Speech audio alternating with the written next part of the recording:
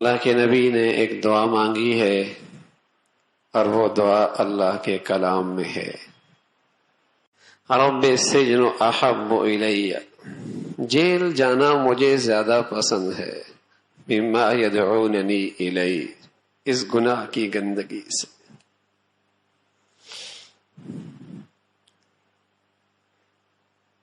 ایسی گناہ سے نفرت، ایسی اس کی برائی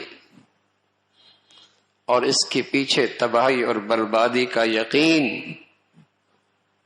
اس گناہ کے پیچھے اللہ کا غضب، اس گناہ کے پیچھے ہلاکت اور بربادی کا یقین،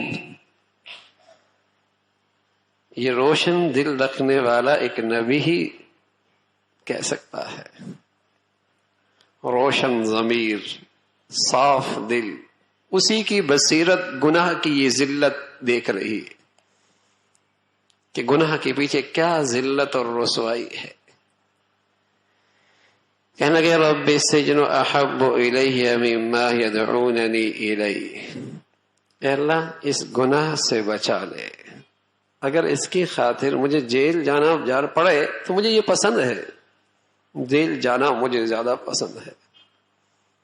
تاریخ کوٹری، اور یہ بھی کوئی نہیں پتا کب تک یہ قید و بند کی صحبتیں برداشت کرنی پڑیں گی۔ اس لیے کہ بس اوقات میرے عزیزو، کوئی ایک گناہ اس پہ شرمندگی نہ ہو، بس اوقات وہ انسان اپنی پوری عاقبت برباد کر دیتا۔ کون سا گناہ موت کے وقت مصیبت بن کے آ جائے اور بغیر کلمے سے چلا جائے؟ کون سا گناہ؟ کس گناہ کے پیچھے کوئی ایسی مصیبت چھپی ہو کہ ساری زندگی کی نیکیاں صفر ہو جائیں؟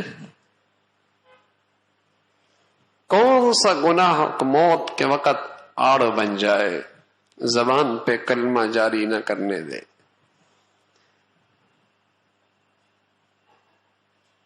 زبان پر اس گناہ کا اثر ظاہر ہو جائے، کون سا گناہ؟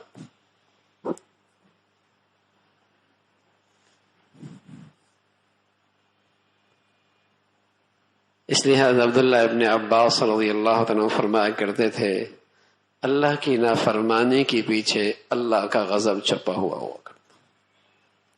اللہ کی نافرمانی کے پیچھے اللہ کا غضب چھپا ہوا ہوتا ہے۔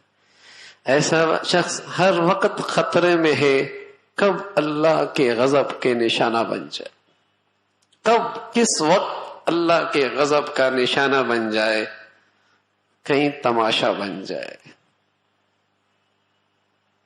دنیا کے لیے تماشا بن جائے۔ واہ تھی، بڑی واہ تھی، دیر کہاں لگتی ہے تماشا بننے میں۔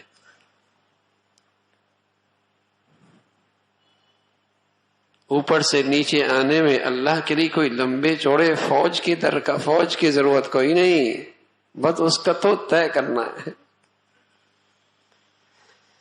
تو عبداللہ ابن عباس رضی اللہ عنہ فرمایا کرتے تھے، نہ جانے کون سا گناہ اس کے پیچھے اللہ کا غضب چھپا ہوا ہو اور وہ اس کے لیے ہلاکت کا باعث بن جائے۔ لیکن آج کے مسلمان کی ہمت اتنی پست ہے اور گناہ اس کی زندگی میں ایسے رچ بس گئے کہ اس کا خیال بھی اسے نہیں آتا کہ میں نے اپنے دامن کو گناہ کی ہر گندگی سے بچانا ہے۔ یہ خیال ہی نہیں آتا اس کو، یہ طے ہی نہیں کرتا، یہ عزم ہی نہیں کرتا کہ میں نے اپنے دامن کو ہر گناہ کی گندگی سے بچانا ہے۔ اس نے تقسیم کر رکھے ہیں، اپنی زندگی تقسیم کر رکھی ہے، کچھ اللہ کے لیے، کچھ شیطان کے لیے، کچھ اللہ کے لیے، کچھ دنیا والوں کے لیے، کچھ مسجد کی زندگی، کوئی سوسائٹی کی زندگی۔ اس نے اپنی زندگی اپنے خیال سے تقسیم کر رکھی ہے اور اسی پر مطمئن ہے۔ اسے یہ خیال ہی نہیں کہ شیطانی زندگی کبھی ایسی رسوائی دکھائے گی کہ ساری زندگی بے دینی کی ہو جائے گی۔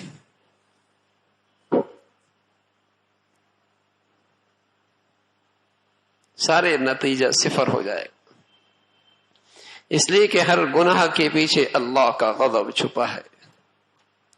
اگر ہم نے اسے اپنی زندگی کا حصہ بنا لیا اور ایسی گناہوں کی ظلمت نے مت ماری کہ ہم نے گناہوں کی زندگی کو اپنی تجارت کا سہارا بنا لیا، گناہوں کی زندگی کو اپنی معیشت کا سہارا بنا لیا، گناہوں کی زندگی کو اپنے اسٹیٹس کا سہارا بنا لیا، ہم نے گناہوں کی زندگی کو اپنی ترقی کا سہارا بنا لیا، ایسی گناہوں کی ظلمت نے مت ماری جو بربادی کا سامان ہے، آج ہم نے اسے اپنی فلاح کا سامان بنا لیا۔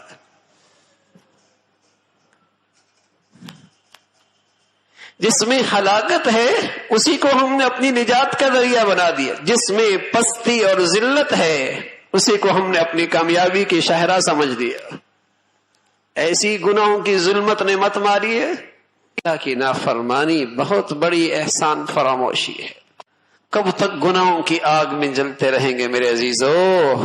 اس آگ کی تپش اس دنیا میں کم ہے، قسم خدا کی موت کی کڑواہٹ اس تپش سے بھی گناہگار کے لیے زیادہ ہے، اور قبر کی بربادی اس سے زیادہ ہے، اور کل کی آگ نار اللہ الموقدہ التي تطلع على الافئدہ، وہ اللہ کی آگ ہے، وہ صرف جسموں تک بس نہیں ہوگی، وہ دلوں تک بھی چھو جائے گی، دلوں تک بھی وہ آگ پہنچ جائے گی۔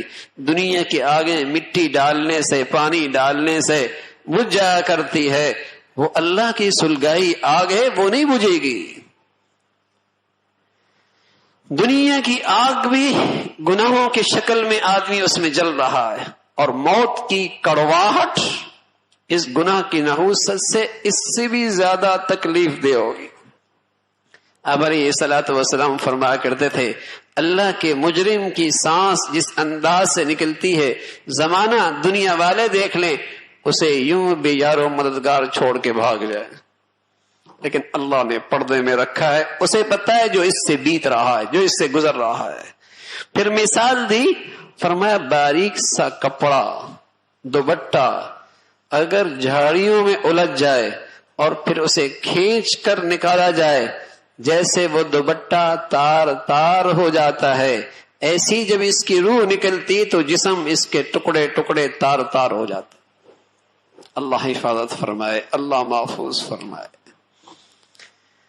جب زندگی میں گناہوں کی آگ میں جلتا ہے تو موت کی تلخی اس تپش سے بھی زیادہ، اس سے بھی زیادہ۔ تو میرے عزیزو، اللہ کی نافرمانی سے بچنے کا فیصلہ ہو، اس سے فیصلہ ہو، اور اللہ سے مدد مانگی جائے۔